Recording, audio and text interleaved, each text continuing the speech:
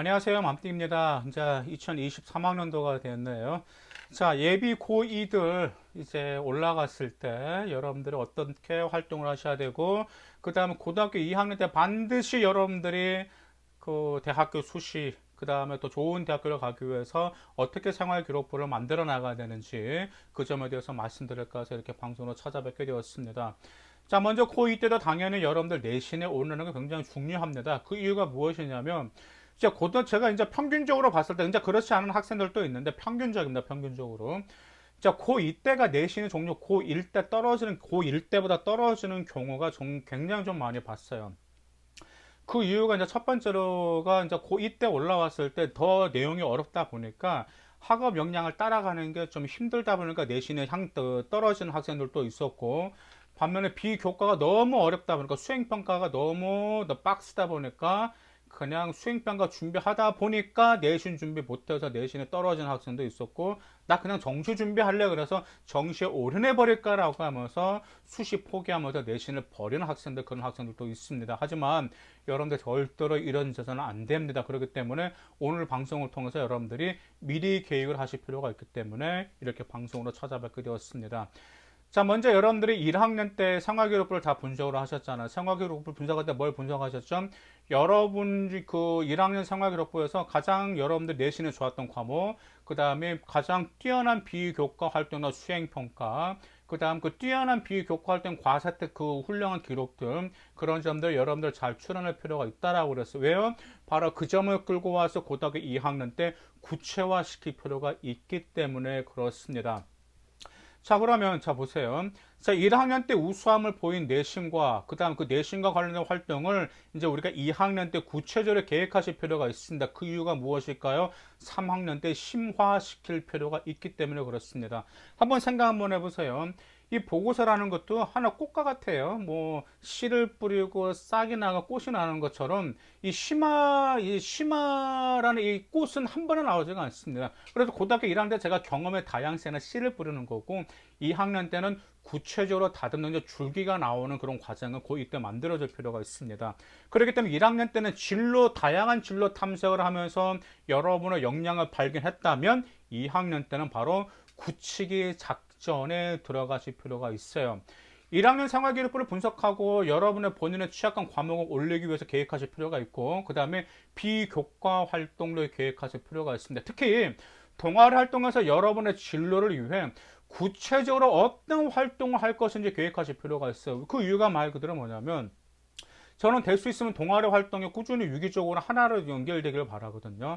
여러분들 고등학교 1학년 때 다양한 동아리 활동했단 말이에요. 진로 탐색도 했단 말이에요. 그러면 그 활동을 동기로 삼아서 고등학교 2학년 동아리 활동에 뭔가 구체적인 활동이 나오고, 그 활동을 통해서 여러분의 구체적인 역량을 드러낼 필요가 있기 때문에 그렇습니다. 그 다음엔 여러분들이 1학년 때 가장 그 내신에 가장 좋은 과목 있죠. 그 다음에 그 과목과 관련된 비교과 수행평가 과세 기록이 좋잖아요. 그러면 거기에서 연계된 또 2학년 때 과목이 있을 거 아니에요. 그렇죠? 그 과목도 과세특이라든지 그 다음에 여러 그 수행평가를 여러분의 진로와 관련해서 어떻게 연계시킬 것인지 그 점도 미리미리 계획하실 필요가 있기 때문에 고2 때는 반드시 구체화시킬 필요가 있다는 점 기억하실 필요가 있습니다.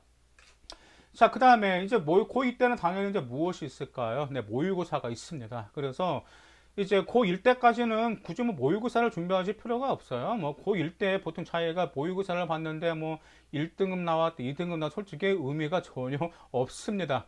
근데 이제 고2 때도 의미는 없죠, 당연히. 어차피 고3 6월 달부터 재수생이랑 같이 봤을 때 의미가 있는데, 근데 고2 때부터는 일주일에 그러다 한두 번 모의고사에 집중하실 필요가 있어요.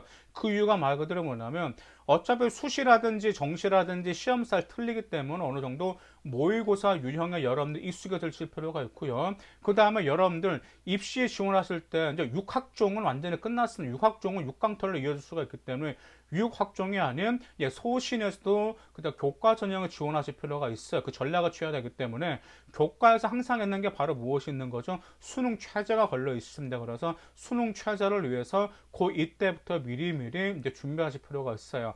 보통 이제 어떤 분 고3 때부터 수능 최저를 준비하면 안 되냐라고 생각하는데, 그건 시간은 전혀 되지가 않습니다. 고3 때 굉장히 시간 빡세기 때문에 고2 때부터 이제 일주일에 한두 번은 모의고사에 집중하시면서 여러분의 취약점을 꼭 장단점을 찾아가실 필요가 있습니다.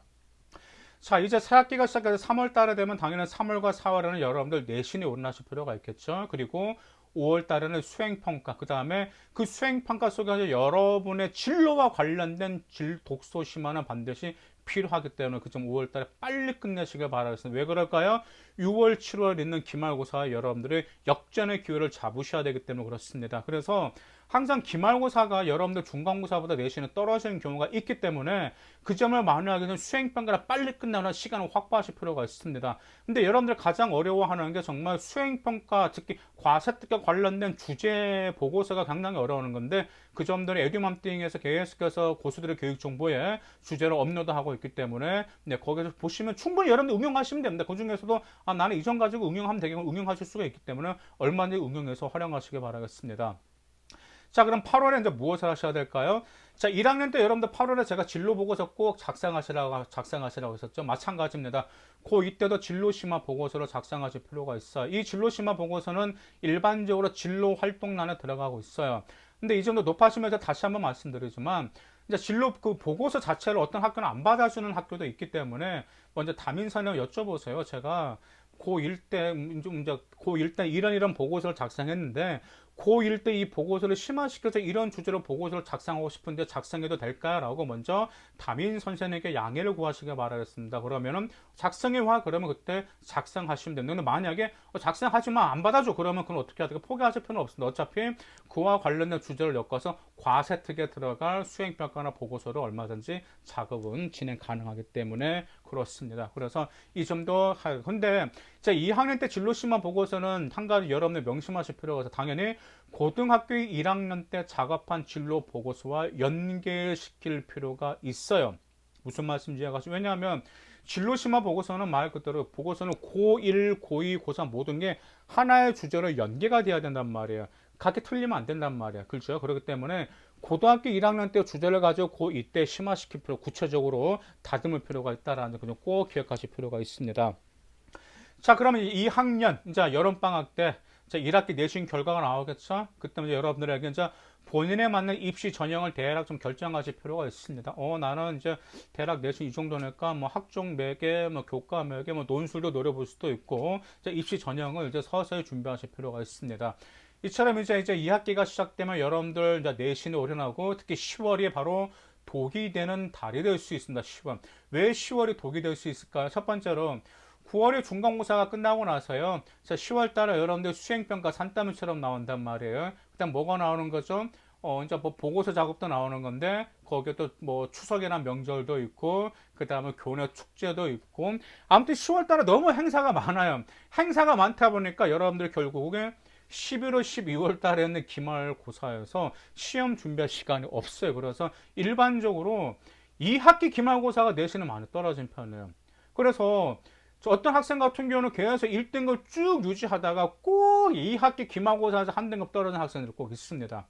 그런데 그런 학생이 매년 있어요. 그런데 물어보면 학교 준비 활동은 너무 바쁜 나머지 시험 준비할 시간이 없었단 말이에요. 그렇기 때문에 시간이라도 줄이기 위해서 어떻게 해야 될까? 네, 맞습니다. 수행평가 최대한 빨리 끝내세요. 제가 항상 누차 말씀드렸는데 수행평가 용지가 나오면 그날 바로 끝내서 이거 질질 끝내지 마세요. 어떤 학생들이 이 수행평가를 기말고사 시작 직전까지 이것을 막 끌고 와가지고 자기가 기말고사를 준비를 제대로 못한 학생이 굉장히 많아서 당연히 내신은 바닥일 수밖에 없고요. 그렇게 질질 끈 수행평가 정말 형편이 없기 때문에 여러분들 수행평가는 빨리빨리 끝내시길 바라겠습니다. 자, 그리고 나서 이제 9월에 이제 교내대회, 아니, 10월에 교내대회 준비하고 11월, 10월 내신을 올라가시고, 이제 1월 달에 이제 생활기록부 마무리 하시고, 우리 고등학교 2학년은 자기소개서 작업에 들어가셔야 됩니다. 근데 이게 예비 이제 고3들은 자기소개서인데 이제 자기소개서가 폐지가 되죠. 폐지가 된 학생들 같은 경우는 자기소개서를 이제 준비하실 필요가 없습니다. 그리고 나서 이제 생활기록부가 여러분들은 이제 점검 마무리 잘 하시고 자 진로 보고서 초안을 작성하실 필요가 있습니다. 그리고 이제 2학년 때까지 성적이 쭉 나오잖아요. 그러면 여러분들 내신은 대략 몇 점대가 정확히 다 나오죠. 어차피 수시에서는 3학년 1학기 때까지만 내신은 반영이 안 되잖아요. 그러다 보니까 2학년 이제 성적을 보면 이제 대략 나옵니다. 대학교를 뭐 안정이라든지 자 소신, 뭐 가능대학교, 그 다음에 우상향 이런 것을 공통과 일반 선택 과목으로 비중을 하셔가지고 여러분 대략 이제 대학교 가이드라인을 잡아갈 수가 있어요. 그래서 1학년 때는 본인의 장점을 2학년 때 최대한 살렸는지 검토해보고 이제 겨울방학 때 이제 거기서 여러분들의 3학년 과정을 어떻게 대심화시킬 것인지를 미리미리 2학년 겨울방학 때 계획하실 필요가 있어요. 왜요? 3학년 때는 시간은 촉박합니다. 제가 아이들한테 물어봐요. 고등학교 1, 2, 3학년 중 가장 시간이 가장 빠른 때가 언제인 것 같냐? 전부 다 100명 중에 100명은 고3입니다 라고 말을 합니다. 그 정도로 시간이 정신없이 가고 매우 촉박합니다. 그러다 보니까 여러분들이 고2 겨울방학 때 하다못해 여러분들이 나는 이 정도 솔직히 저는 개인적으로 추천해드려요. 이제 현재 컨설팅을 지금 맡고 있잖아요. 그러면 이제 예비고3들 들어오거든요. 예비고3들 들어오면 저는 그러거든요. 얘들 진로 선택 과목, 왜냐하면 고3 때 일반 선택과 진로 선택 과목 아이들 선택을 하잖아요. 그 진로 선택 과목 선택 과목 뭐냐 물어보거든요. 그러면 미리 거기에 들어갈 연계될 뭐 수행평가나 보고서 작업 저는 미리미리 고2 겨울방학 때 들어가라고 하고 진로심화 보고서 역시도 고2 겨울방학 때 들어가라고 합니다. 왜요? 정말 시간 촉박합니다. 그러다 보니까 여러분들도 그나마 좀 시간 여유가 있는 고2 겨울방학을 최대한 활용하시길 바라겠습니다. 감사합니다.